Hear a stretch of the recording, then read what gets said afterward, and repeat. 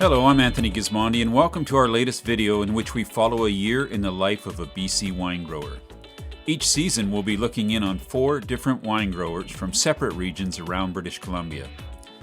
With warm weather in spring well on the way, we head south to McIntyre Bluff, just north of the town of Oliver.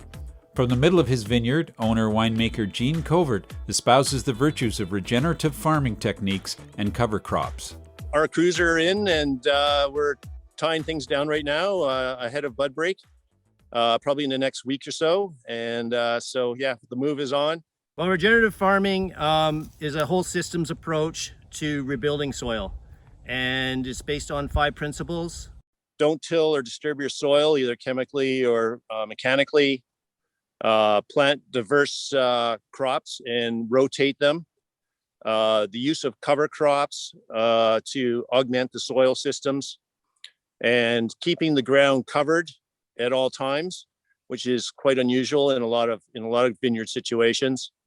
And then if possible, integrating livestock into the system that really turbocharges it and really helps you build up organic carbon.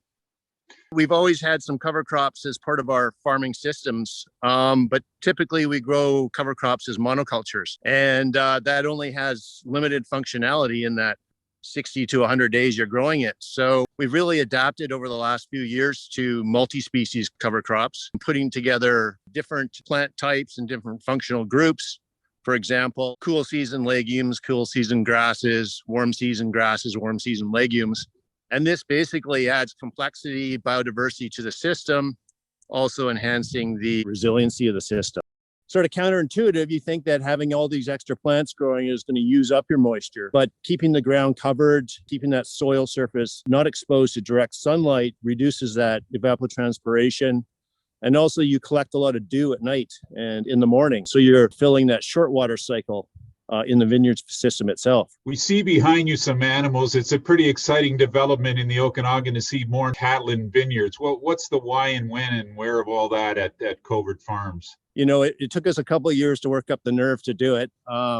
Most of our herd are Scottish Highlands that have fairly long horns, and we were, concerned of damage. We did sustain a little bit of damage over the first couple of years. Separating the bulls from the rest of the cow herd really slowed that down this past year. So that's a really good.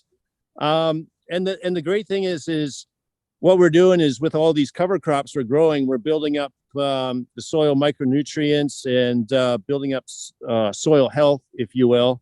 And these cover crops are producing pretty significant amounts of biomass while they're feeding our grape crop. And so the cows are basically led into the vineyard in November, and they come and eat all what we call winter stockpile. So these cover crops have dried down. Instead of baling it, which is near impossible in a vineyard situation, we just let them graze it. So our about 20 cow herd grazes for about 8 to 10 weeks on a 20-acre vineyard. So when you think about that, we're getting nutrient cycling and inoculation from the cattle's rumen.